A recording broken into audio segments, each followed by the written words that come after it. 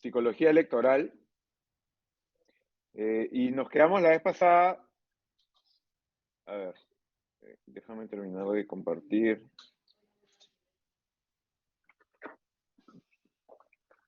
Ya, a ver.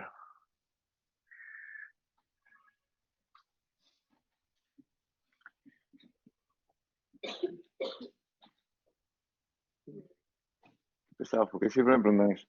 Ya, la vez pasada recordamos lo que habíamos visto del enfoque Pali Choice, qué significa, y de los conceptos de ignorancia racional y racionalidad racional, que ustedes ya son expertos, ¿no? Ya lo saben bien, ya lo entienden bien, me imagino. Nadie tiene ninguna duda, ¿no? Respecto a eso, ¿sí? ¿No viniste? ¿Alguien le puede explicar? ¿Alguien le puede explicar así breve, al toque, qué significa ignorancia racional a Giancarlo? Claro, pero a ver si en 10 segundos, ¿quién le puede explicar a Giancarlo qué significa la ignorancia racional? A ver, Fabricio. O sea, que resulta racional no informarse, porque el costo de informarse, sobre todo con Claro, fechas electorales, es muy alto. claro. ¿Te acuerdas que lo que nosotros hemos dicho es que vamos a estudiar a los grupos, incluyendo a los electorados, la ciudadanía, todo, como la decisión de los grupos no se explica por una sola decisión lógica, no es igual que un individuo, no es un gran individuo, sino que son un montón de pequeños individuos tomando un montón de decisiones que son lógicas desde su propia perspectiva individual.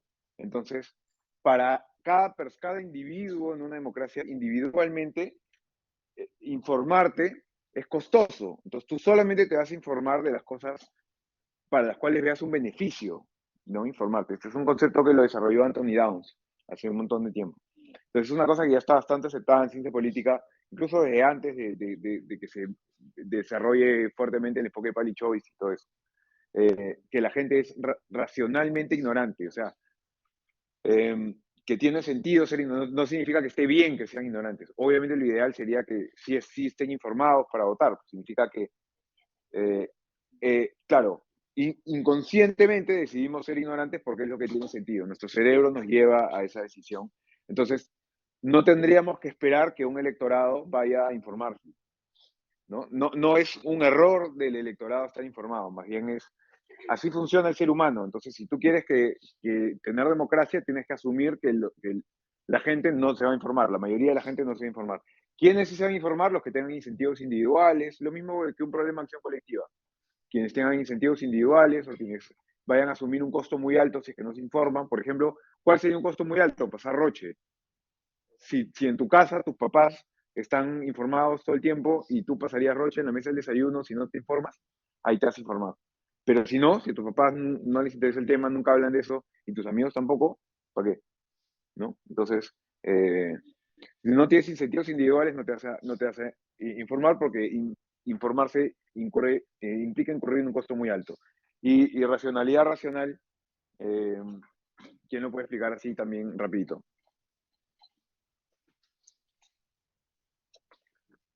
Alguien más que no sea Faricio. Joaquín, te veo así medio animado, ¿sí? Muy poco cuando, por tus propias creencias, tratas de tapar un poco los hechos que ves. Está vinculado con eso, está vinculado con eso.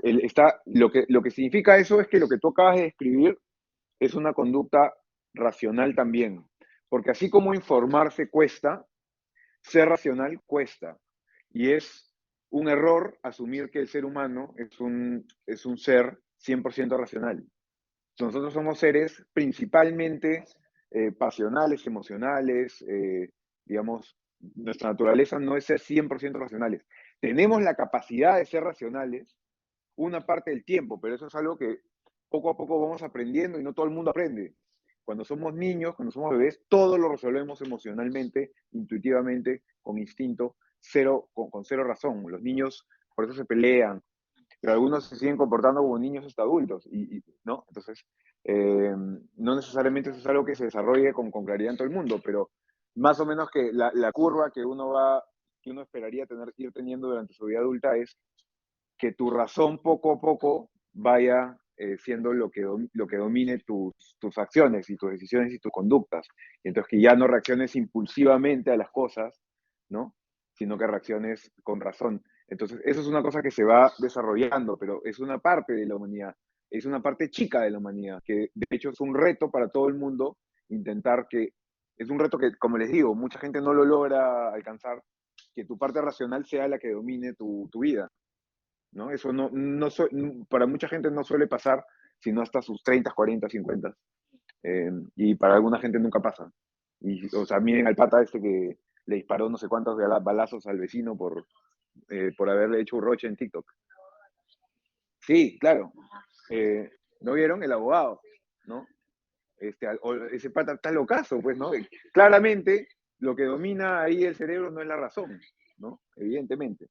Ya. Entonces, ¿esto qué cosa es? No, el concepto de racionalidad racional es simplemente reconocer, igual que el concepto de ignorancia racional, es reconocer que está en la naturaleza del ser humano solamente informarse cuando le es costo eficiente.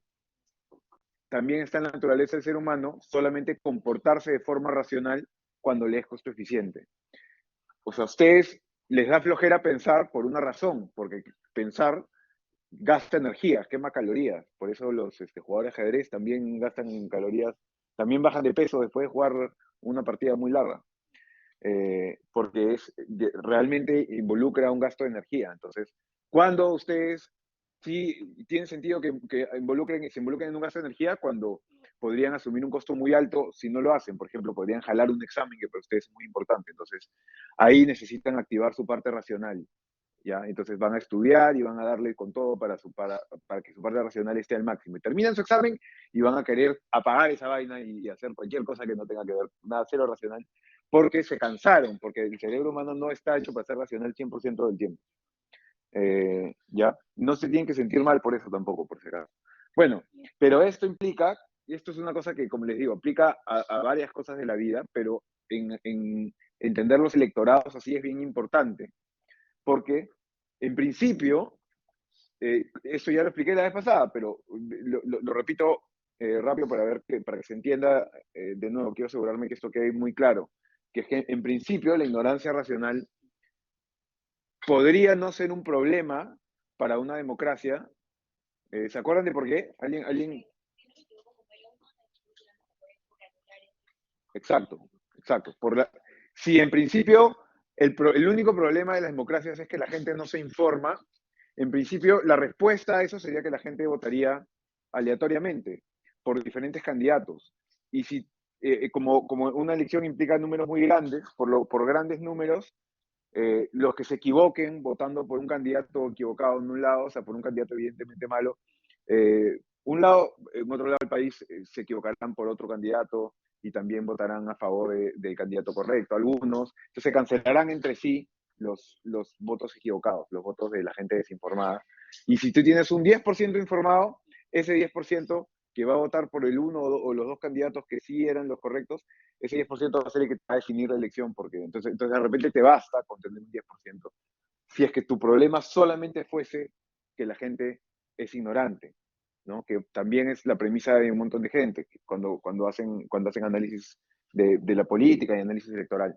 Pero justamente porque la gente es también, además de ser ignorante, es irracional, esto nos lleva a concluir que no va a cambiar de opinión, así tú le traigas un binder con harta información, no van a cambiar de opinión. Entonces, sus votos, el voto de la gente, sus posiciones políticas, se vinculan con otro tipo de cosas que no tienen que ver con una decisión racional, que si tengo mejor información, entonces ahora sí voy a votar por el candidato elegido, por el candidato que sea objetivamente el mejor.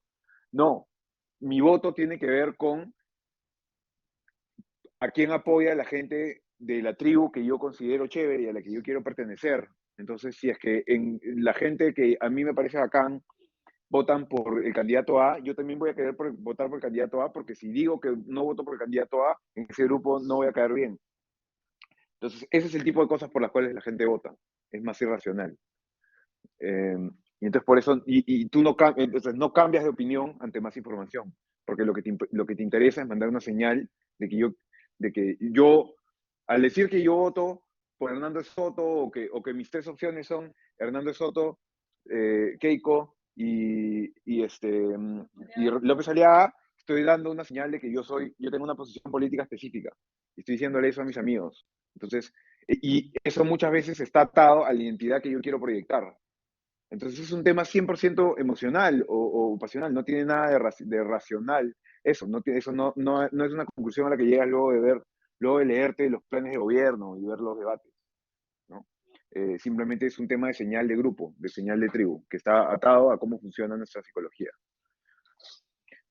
Ok, y eso vimos la vez pasada, ¿se acuerdan del TikTok que te mostraba cómo es que la gente, o sea, se acopla a los grupos, se acopla a lo que ve, se acopla a las conductas y por eso ustedes se comportan de la forma, ¿por qué se visten de la forma en que se visten? Porque han visto que los demás más o menos, cuando tienen que ir a un lugar que es diferente y que ustedes los rayan, no están seguros, preguntan, oye, ¿cómo van a ir vestidos los demás? ¿Sabes por qué? Porque no quieren ser los raros, quieren llegar vestidos apropiadamente y ser vistos como que pasar piola, ¿no? Entonces, nuestro cerebro nos condiciona a ese tipo de cosas.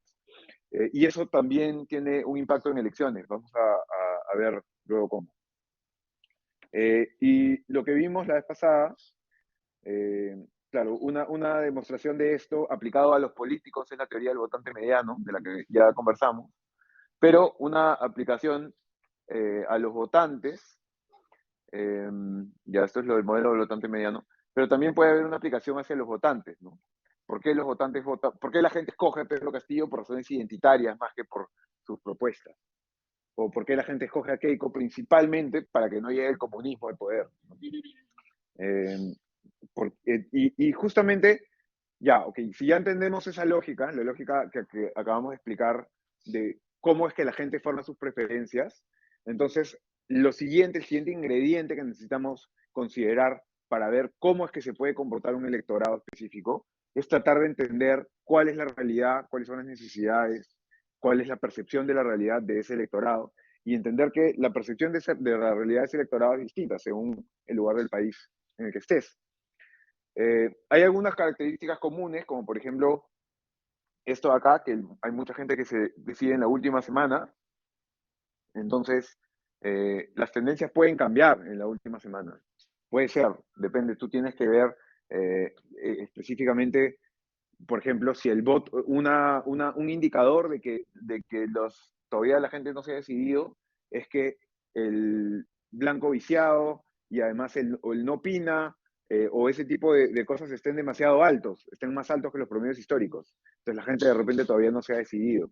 Porque normalmente el blanco viciado va a ser muy parecido al promedio histórico. No se va a ir, estadísticamente no se va a ir tanto más allá. Entonces, si es que en el simulacro previo está altísimo, eso puede sugerirte que de repente no se ha decidido mucha gente. Y eso estaría alineado con esto que ya conocemos de cómo funciona el electorado peruano. Eso no es típico solamente del electorado peruano, por si acaso. Del electorado peruano sabemos, porque lo han medido más de una vez, que es alrededor del 40% de gente en los últimos años que se decide en la última semana, pero que hay un montón de gente que se decide al final, eso pasa en casi todas las elecciones del mundo, casi todas partes del mundo. Entonces no es que solamente es típico de aquí. Probablemente en otras partes del mundo hay menos gente que se decide en las últimas más o alguna más, de repente en otros lados, pero que ocurre, sí, sí ocurre bastante, ¿no?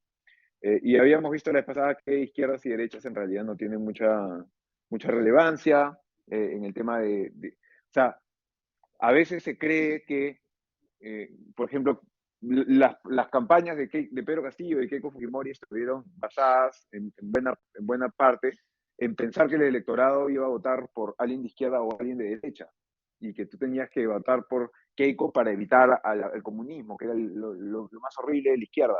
Y en realidad yo creo que ahí Keiko tiró al agua su plata, porque contrató a un asesor que le dijo un consejo muy malo, porque así no vota el electorado. Al electorado no le importa si de parte de izquierda, de derecha, eso no lo entiende. La mayor montón de gente no entiende esa vaina, ¿no? Como se demostró acá en esto que les mostré, que había mucha gente, por ejemplo, que pensaba que Verónica Mendoza era de derecha, gente que pensaba que López Aliaga era de izquierda, porque y si estos porcentajes son tan altos, imagínense un montón de la gente que cree que efectivamente es de derecha está champeando, obviamente, ¿no? O sea, los que de verdad saben que es de derecha serán que la mitad de estas patas, ¿no? Eh, o sea, no sé, estamos especulando, pero Ok, ese es un tema de qué cosa prefiere la gente, por un lado, ¿no? Pero lo que lo que nos quedamos comentando al final era, bueno, espera, esto de acá también, no sé si lo llevamos a comentar con mucho detalle, porque lo agarramos hacia el final. Eh, pero es interesante ver cuáles son los principales problemas del país. Si ustedes retroceden mucho más que esto, en inicio de los 2000, los principales problemas del país eran desempleo, ¿no? Pobreza, otras cosas. Ahora ya son más bien cosas que tienen que ver con costo de vida, delincuencia, corrupción. Esas son las cosas que más nos preocupan, ¿no? Es interesante y eso te dice, claro, probablemente entonces a quien esté, o sea, quien te proponga una buena respuesta de seguridad, no necesariamente que sea técnicamente buena, pero que emocionalmente sea convincente el discurso de que va a hacer algo bueno por seguridad, entonces eso puede ser útil. Sí, eso es a lo que apela Urresti. Buena parte de la imagen de Urresti apela a eso, ¿no? Claro, si tú le preguntas a expertos de seguridad, oye, ¿qué pasa si aplico el plan de Urresti? Todos te dicen, nos fregamos, porque, porque, porque no tiene, tiene clarísimos unos planes que están hasta las patas y además sus socios son tremendos, no estoy diciendo grabado, así que mejor no digo nada, no digo mucho. Pero bueno, nos quedamos después viendo esto, ¿no? Que mucha gente no tiene clara o sea, el hecho de que en el Perú, ¿te han dado cuenta que las series que siempre triunfan, siempre tienen a los personajes principales son misios? ¿Están misios? ¿Saben por qué? Porque todos estamos vicios, porque eso pasa en todas partes, en todas las escalas, todos sienten ese es un sentimiento común del peruano. En muy poca gente es realmente la que tiene en este país, probablemente en países más ricos, más desarrollados, es una cantidad mayor de gente, pero acá muy poca gente es la que no tiene algún tipo de dificultad económica. Incluso la gente que está en el nivel socioeconómico A, que está en el 1%, y que gana, digamos, 12.000. Imagínate que esta es una familia de 4 personas, 2 papás y 2 hijos que están en un colegio de Lima, ni siquiera el más caro, pero por ahí que el Humboldt, no, el Recoleta, ¿ya? Con esto no te alcanza. No te alcanza para pagar 2 pensiones del Recoleta más digamos, un alquiler en alguna casa promedio. No te digo que en San Isidro necesariamente. eh, no sé, no sé, o sea, por acá, en Jesús María, que es un poquito más barato, ni siquiera tanto más, pero un poquito más barato que San Isidro, no te alcanza para vivir acá. Entonces, tienes que estar probablemente para que te alcance vivir tranquilo, y es más, para que te alcance vivir tranquilo en, en algunos distritos, si tienes familia, ¿no? O sea, si vives solo es un poco menos complicado, felizmente. Eh, pero si tienes familia, obviamente si tienes gente que depende de ti, no te alcanza. El precio de los colegios acá es altísimo. El precio de la universidad, si tienes tus hijos en la universidad, es altísimo. Ustedes ya deben estar al tanto. Ya les deben haber avisado. Eh, entonces, bueno, y eso obviamente, si es que pasa acá, imagínense cómo pasa en todos estos sectores. La gente que está aquí en el B está en el B, pero vulnerable de caer de nuevo al C. Y la gente que está en el C, mucha gente que está en el C está vulnerable de caer al D. Y así, ¿no? Eso pasa muchísimo. Entonces, es interesante cómo es la demografía ahora y cómo ha cambiado la cosa desde los 80s, que digamos es el momento en que tocamos piso, o sea, tocamos fondo más fuerte en momentos recientes, en la historia más reciente, ¿no? Solamente para que vean, digamos, cómo cambió en el 2021, se afectaron un poco estos números por la pandemia, pero se esperaría que vuelvan a estarse recuperando.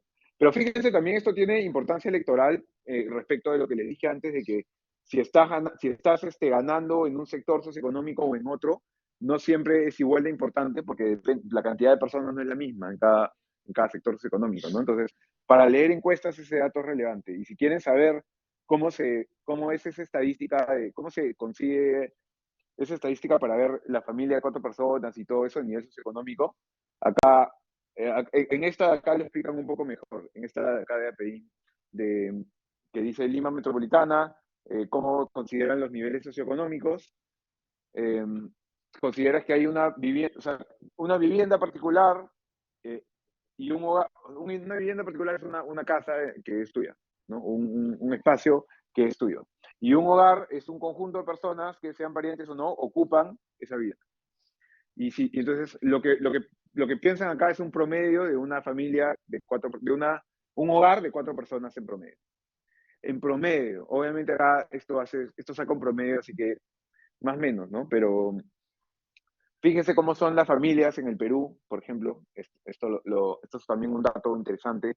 Hay 10% de hogares unipersonales, gente que vive sola, gente que vive como que co-residentes, roommates, ¿no? 6%. Familias extendidas, gente que vive con toda su familia, 12%. Hay países donde esto ocurre más, países donde esto ocurre menos. En Italia ocurre más, por ejemplo, que en otros países de Europa, clásicamente. Eh, Mujeres solas con hijos, padres solos con hijos, son bastante menos, mujeres solas hay bastante más, ¿no? Es como 5 veces la cantidad de padres solos con hijos. Familias jóvenes sin hijos, muy poquitas, 2%. La mayor parte son familias, digamos, más convencionales, ¿no? Pero fíjense que hay un montón de gente que vive en otro tipo de unidades familiares, de otro tipo de hogares. Entonces tampoco, también puede ser como que las respuestas electorales son, las prioridades de la gente son.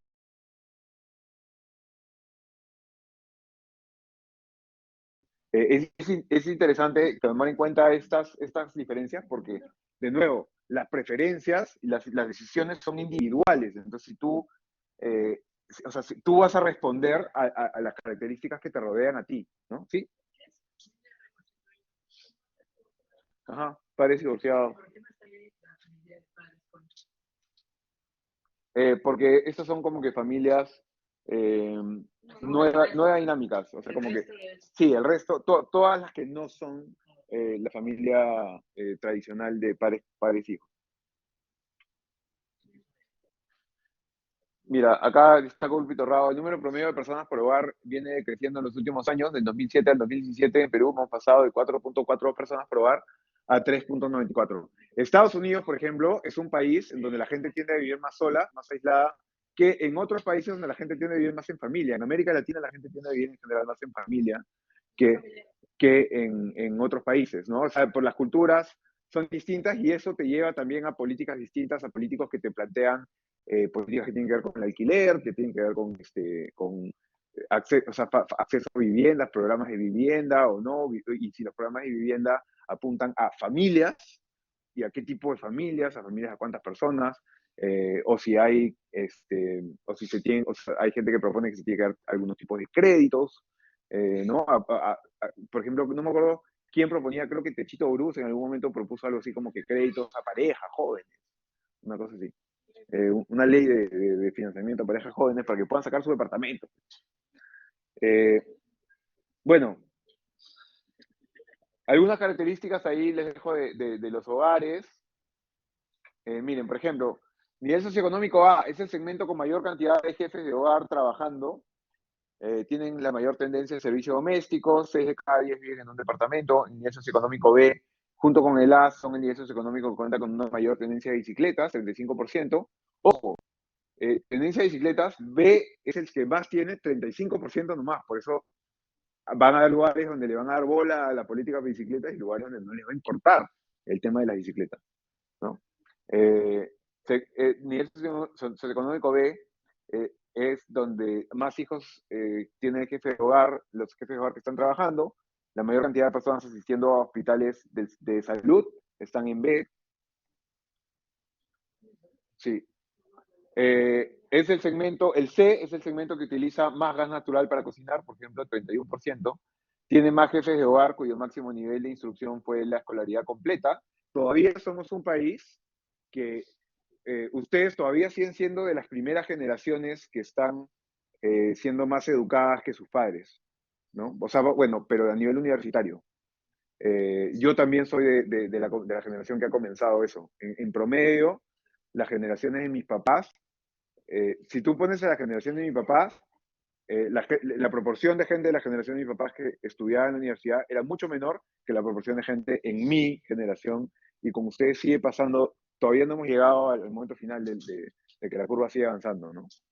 Eh, por eso también una de las cosas que yo a veces comento cuando me dicen, oye, pero el Perú está ya condenado a la destrucción, ya fuimos, ya todo se va a ir al fracaso por toda la crisis que hay. Una de las cosas que siempre destaco es, ahorita nunca el Perú, nunca en su historia el Perú ha tenido mejor como que capital humano. Entonces, gente que haya vivido durante tanto tiempo en un país relativamente pacífico, relativamente con un relativo crecimiento económico, con una relativa estabilidad democrática, y que haya sido más educada que las generaciones previas en promedio. Eh, y eso es una cosa súper potente. Claro, ¿qué hacemos con ese capital humano? No sé si, claro, se van a otro lado, no sé, no sabemos si ese capital humano va a ser capaz de construir democracia o no, no sé. Ahí está la generación del bicentenario, pues a ver, tanto decían. Eh, pero a ver qué ocurre, ¿no? O sea, está por verse, pero definitivamente sí es una cosa que puede ser un factor diferente a lo anterior. Y vamos a comentar, de hecho, ahorita de dónde vienen un poco de los sentimientos políticos actuales, hay que entenderlos bien, ¿ya? O sea, de dónde parte varias de las emociones que ustedes ven en el electorado actual. Y para eso, obviamente, podríamos ir retrocediendo desde la formación del Estado peruano para ver por qué primero peleábamos entre militares y civiles, como he comentado en algún momento, pero en lo que tiene que ver con el electorado ahora, o sea, los que todavía están en el padrón electoral, mejor retrocedamos no tanto, ¿no? A una época en la que fue la que, de alguna manera, que tocamos fondo, yo les decía, por varias razones, y vamos a ver acá en este documental, dura 2 minutos, por eso he escogido este de acá, y destacan unas cuantas cosas de cómo estaba el país durante la época de Alan García, del primer gobierno de Alan García, ¿no? Aunque ahora hay una película que pinta que estábamos todos acá, pero no, mentira, no sé si pinta esa película, no la he visto. Eh, de repente, de repente, pero yo igual la vería, ¿no? Igual la vería y de repente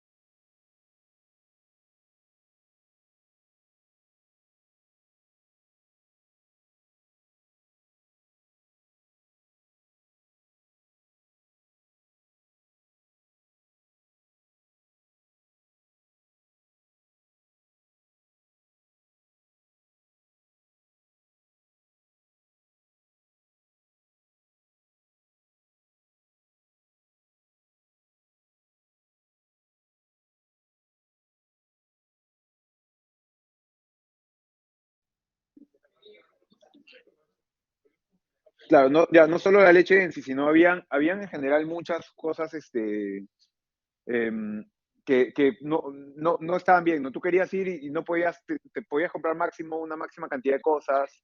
Era horrible, ya. Y eso es el resultado de un mal manejo económico y un manejo económico claro, ya lo intentamos hacer acá y no nos funcionó. Y a la vez que estábamos viviendo ese desastre económico horrible, teníamos terrorismo en todo el país. O sea, sí, exacto, estábamos premiados o sea, miren, la encuesta del poder, ustedes saben lo que es, han visto es eso que te dice quiénes son los personajes más poderosos del país.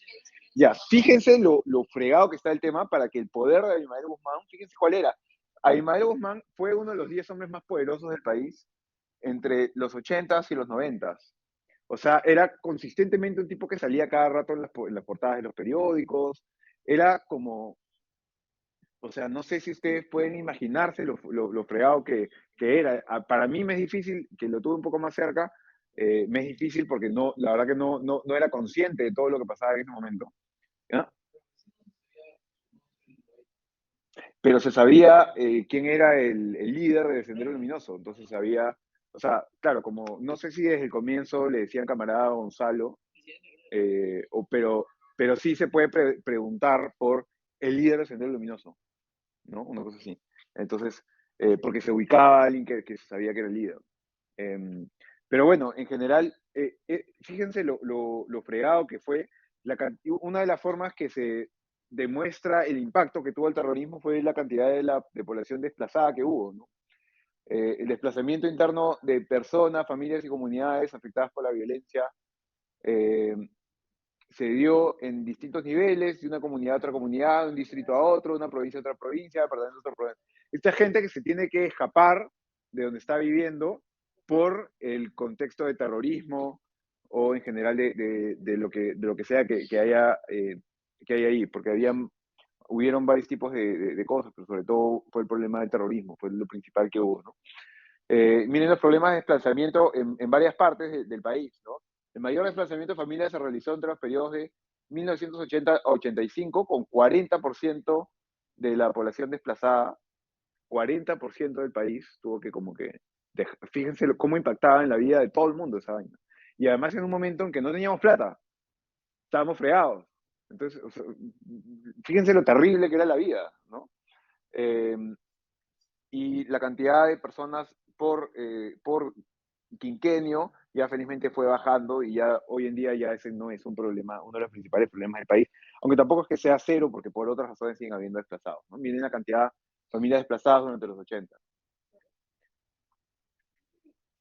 Y este problema obviamente también llega a Lima, de hecho llega más a importar políticamente a algunos periódicos y a alguna gente cuando impacta más en Lima, pero ya venía desde mucho tiempo en otros lados, desde antes, ¿no? Uno de los lugares más afectados es Ayacucho, por ejemplo.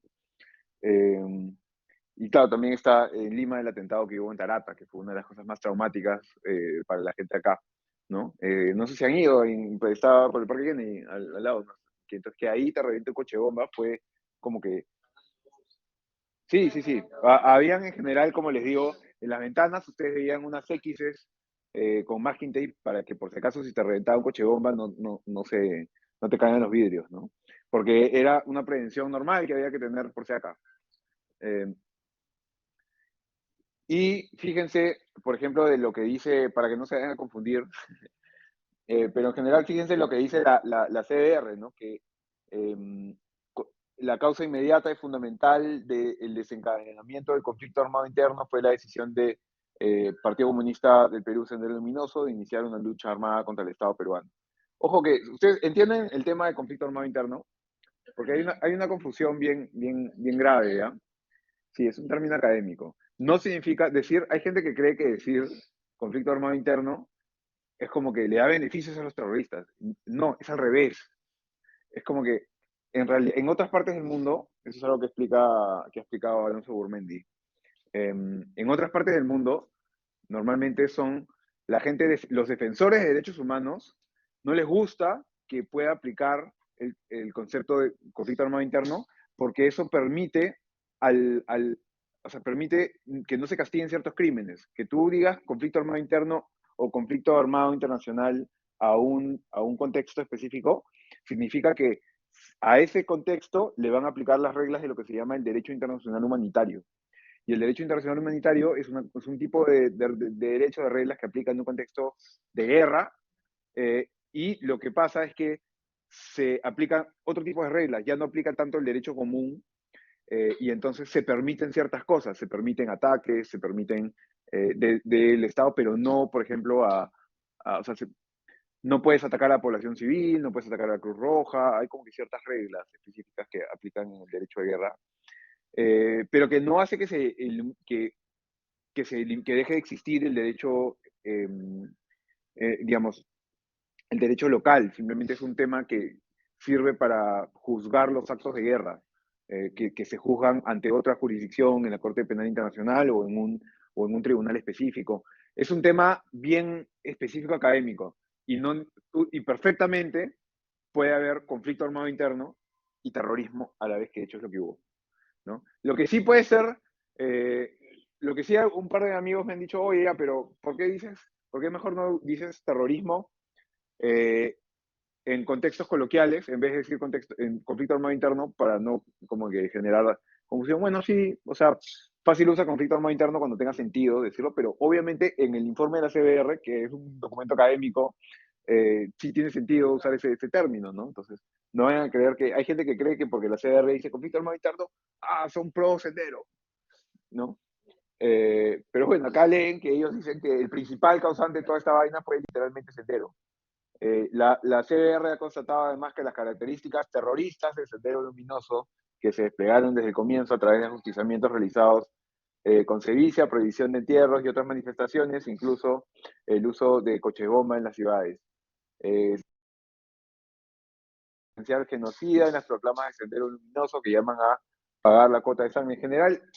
Eh, es bien claro como el principal causante de toda la, digamos, la violencia que hubo en la época del terrorismo fue Sendero Luminoso, y después también el MRTA en segunda instancia. Y hubo también abusos de las Fuerzas Armadas en varios casos que se destacan, pero no es que la CBR diga que solo las Fuerzas Armadas cometieron delitos y que Sendero Luminoso estuvo bien, que es lo que alguna gente cree.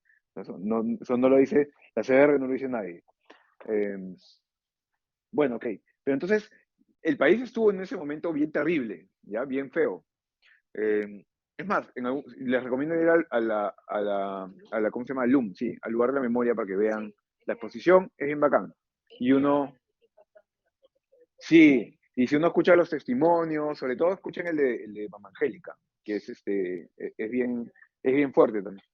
Eh, pero bueno, si pueden, si tienen la oportunidad de ir al LUM un día, de repente van así entre varios acá, ¿no? Van como un grupo de gente así, arman grupo y se van un día y ya, pues arman, ahí ven su actividad y me cuentan qué tal les fue, qué les pareció. Pero se aprende bastante, se ve bastante de lo que fue esa época, ¿sí?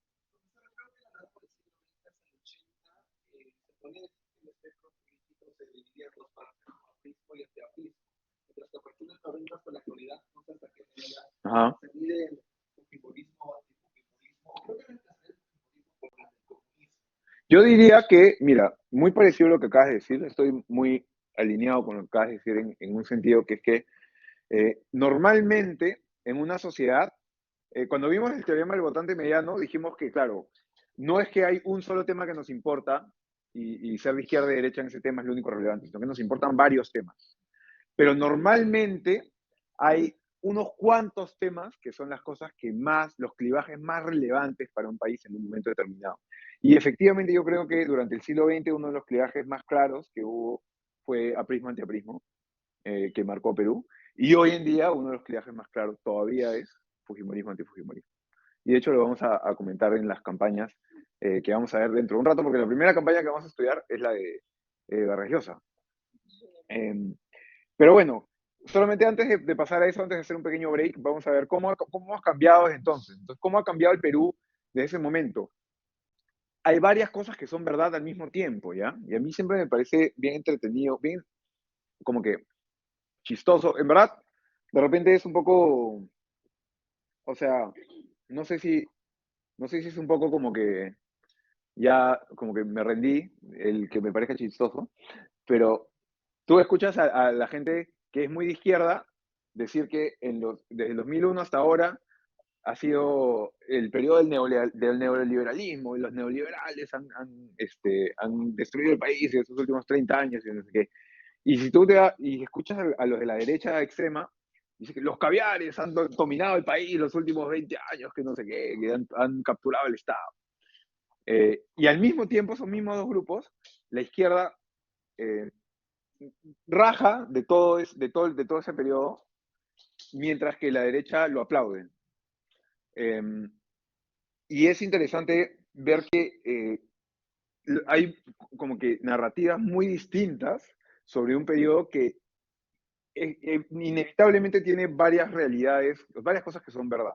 Primero que el que hayamos logrado este nivel de estabilidad, como verán, es bien raro. Es como que la primera vez que nos ligó. Nos hemos caído después de eso, sí, probablemente, pero no, digamos, igual, así nos habíamos caído un poco, igual esta partecita está más estable que toda esta vaina de allá, ¿no? Y entonces, ¿cómo ha cambiado en ese momento amarillo?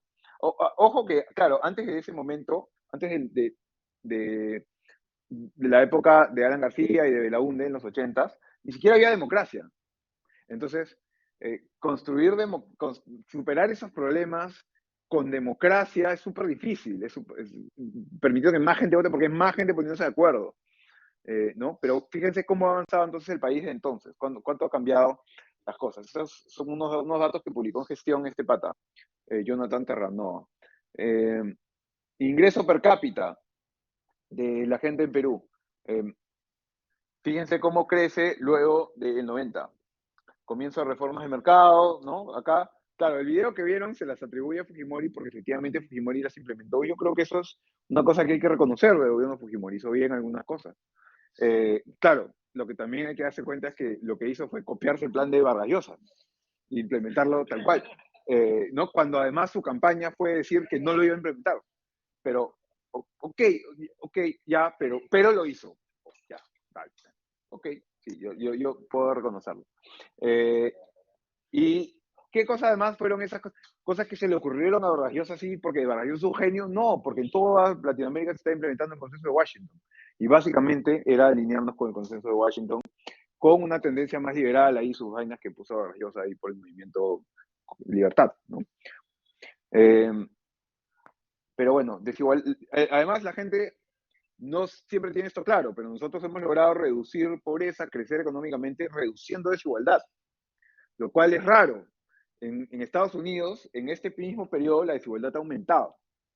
En varios países de Europa también la desigualdad ha aumentado. En Perú se ha reducido. No se ha reducido del todo, porque evidentemente, ¿de dónde partimos? Cuando recién se fundó el Estado, éramos todavía muchísimo más desiguales. Era horrible. Había gente que literalmente era esclava, ¿no? Una buena parte del país que ni siquiera votaba. Entonces, eh, no es que en algún momento hemos sido Suiza y claro, y de pronto, no, un montón de gente cayó en la pobreza por culpa de un gobierno específico, ¿no? Si no, no, eso no pasó. Sino que arrastramos una situación de permanente injusticia por diferentes razones desde siempre. Y entonces, sí es meritorio que se haya reducido la desigualdad. Al mismo tiempo, es verdad que todavía hay un montón de desigualdad y que todavía sigue siendo una cosa que preocupa a un montón de gente y hay gente que, y así esto haya sido el índice general, puede ser que en algún caso específico tú pones zoom en una parte específica del país y en esa parte aumentó la desigualdad de repente. Entonces la percepción de esa persona no es necesariamente que estamos mejor. Eh, y claro, uno puede debatir ideológicamente si la desigualdad es lo más importante o no, pero a la gente le importa igual. Entonces, sí, exacto, porque si tú ves, ¿por qué creen que ponen, ¿cómo se llama? En el fondo del sitio es una familia contra la otra, ¿no? La que se compara. ¿Por qué crees que pones eso? Pues porque siempre la gente, porque eso es lo que hacemos, eso es lo que hace el ser humano. Si tú ves que tu país, eh, digamos, tú ves que las portadas dicen que tu país ha crecido económicamente, no sé qué, y tú ves que tus vecinos tienen más plata, la gente empieza a crecer y tú te sientes igual y te sientes viciazo, ¿no? Algo te da rabia, te da como que, oye, ¿a mí para cuándo? ¿No? Exacto, aún si estás mejor que antes, porque tú sentirías que te toca una cosa más. Y eso tiene, digamos, esa sensación tiene repercusiones electorales. Luego, muertes ocasionadas por fuentes de agua no seguras, fíjense, ¿por qué ustedes no pueden tomar agua del caño? ¿No? A diferencia de otros países, porque cuando yo era niño, yo empezaba a tomar agua del caño y luego un día casi me da cólera, ¿no? Entonces, por eso no se puede, por eso ya no se puede tomar agua del caño, pero fíjense cómo eso ha cambiado desde el momento, ¿no? Gracias a Alan García, sí, no mentira, no necesariamente gracias a Alan García. Miren cómo ha cambiado el servicio de electricidad por región. Esto es cuánto ha aumentado en porcentaje. No sé por qué está en mala calidad el gráfico, porque así lo subieron a gestión, no es mi culpa. Pero la variación porcentual del número de personas que tienen acceso a electricidad por región entre 2002 y 2019. En Cajamarca, 458% ha aumentado la cantidad de gente que tiene acceso a electricidad. Ayacucho, 400%. Madre de Dios, 316%. San Martín. Ha mejorado un montón la cosa. Ahora, ¿somos Suiza ya? No, no somos. Todavía seguimos en situación precaria y desastrosa. Pero igual, si hemos mejorado, algo ha mejorado, ¿no? Algo ha habido. ¿Esto es gracias al gobierno? No, tampoco estoy diciendo eso. No, no, no. Esto ha sido resultado de un montón de cosas. Algunas cosas habrán hecho bien algunos gobiernos, pero principalmente, creo yo, han hecho bien varias cosas. Un montón de gente individual que ha puesto su empresa, le ha ido bien, ha tenido éxito, no sé, o sea, diferentes cosas han resultado en esto, ¿no? Las sociedades se mueven así como un monstruo raro. Eh, ¿Por qué qué? Porque digamos que no ha perdido electricidad, sí. Pero, a ver, pero eso también tiene efectos electorales. Tú vas a Pasco y probablemente la demanda por electricidad va a ser un tema mucho más relevante que en, no sé, que en Lima.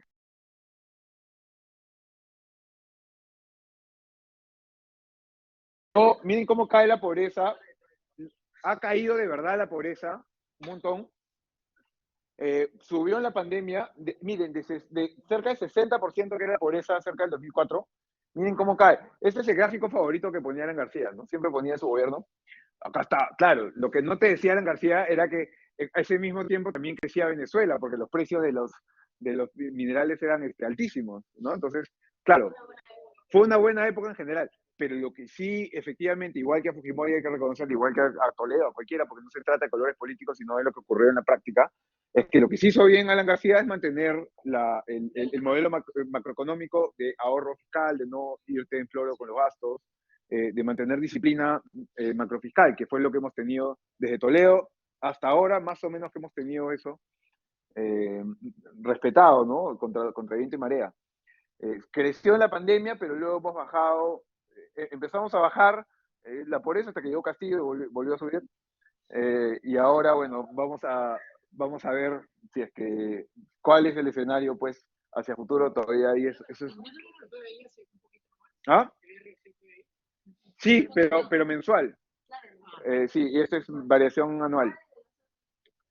Fíjense en la pandemia cuánto se afectó a la gente. 41% de gente perdió su trabajo. Entonces, esto era súper relevante para la elección 2021. Entonces, la gente estaba súper asada. Habías perdido tu chamba, se te habían muerto gente, o sea, es un momento súper doloroso para el peruano. Eh, y fíjense que en el momento, ¿cuánto ha bajado? No solo se redujo la pobreza, no solo ha aumentado los niveles de ingresos, sino que los niveles de ingresos han aumentado en todos los quintiles, incluso en los más pobres. Entonces, no es que solamente los más ricos se han hecho más ricos, todos se han hecho más ricos. Por supuesto que en nivel total, los ricos se han hecho más ricos. Claro, pero sí, sí, sí, exacto. Esto es porcentual, ¿no? Entonces, por supuesto que en términos de cantidad de plata, los ricos han ganado más cantidad de plata, pero igual es relevante que en tu crecimiento económico todos hayan crecido. Estados Unidos, por ejemplo, ha tenido un crecimiento económico en los últimos 30 años en los que principalmente quien ha crecido ni siquiera es el 1%, sino el 0,01%. Eh, Ya, pero fíjense cómo se mantienen todavía. Esa historia de cómo hemos mejorado es verdad, pero convive con todo lo que mantenemos. Mantenemos, miren, las diferencias en competitividad de diferentes regiones. Algunas son mucho menos competitivas que otras. Fíjense, el acceso a salud, si tú estás en Loreto versus si estás en Lima, es muy distinto, ¿no? Hay muchas partes del país, probablemente alguno de ustedes lo ha vivido o de cerca o con su familia, que tú para poder tratarte, lo único que puedes hacer es venir a Lima. Entonces, es como, ¿en qué país hay esa vaina? Sobre todo un país tan grande como el Perú. Geográficamente, Perú son los 20 países más grandes del mundo. Creo que es el 19. Eh, entonces, es súper centralista en esto. Esa cosa, esa realidad de que las cosas solo funcionan en Lima, te hace que si tú no vives en Lima, te da mucha rabia el centralismo. Te da rabia que en Lima hayan las cosas y en tu ciudad no, porque tienes no hay estado ahí. Miren educación, ¿no? Cómo es en Lima versus cómo es Loreto, Cayali, acceso a educación, es Tacna. Entonces, todas estas son cosas bien relevantes, ¿no? Eh, ya. Y vamos a dejar con esta pregunta, con esta pregunta hacer un break de 10 minutos. Eh, y nos vamos a preguntar esto, ¿no? ¿Qué otros factores entonces creen que impactan nuestra experiencia electoral sin que los notemos? Pero entonces el contexto impacta mucho, ¿no? Quédense con eso, quédense con tratar de entender bien, cuando quieran entender bien el voto de una región, el voto de un país en general, fíjense en estas cosas, cómo vive la gente, qué es lo que aspira a la gente, qué es lo que le molesta, qué es lo que necesita, qué le falta, y eso va a dar muchas explicaciones de quiénes son los candidatos que escogen. Porque, de nuevo, es una decisión irracional, no es una decisión racional. Vamos uniendo ya poco a poco los datos. Ok, vayan al break, ¿ah? Yo a veces me quedo hablando, pero quédense aquí si quieren. Si quieren nos quedamos conversando los 10 minutos de break. Pero...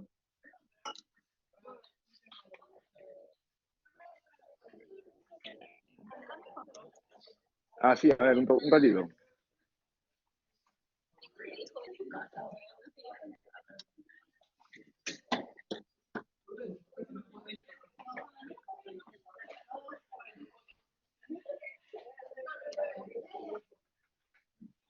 Ah, ¿ah? Ya, sí, sí.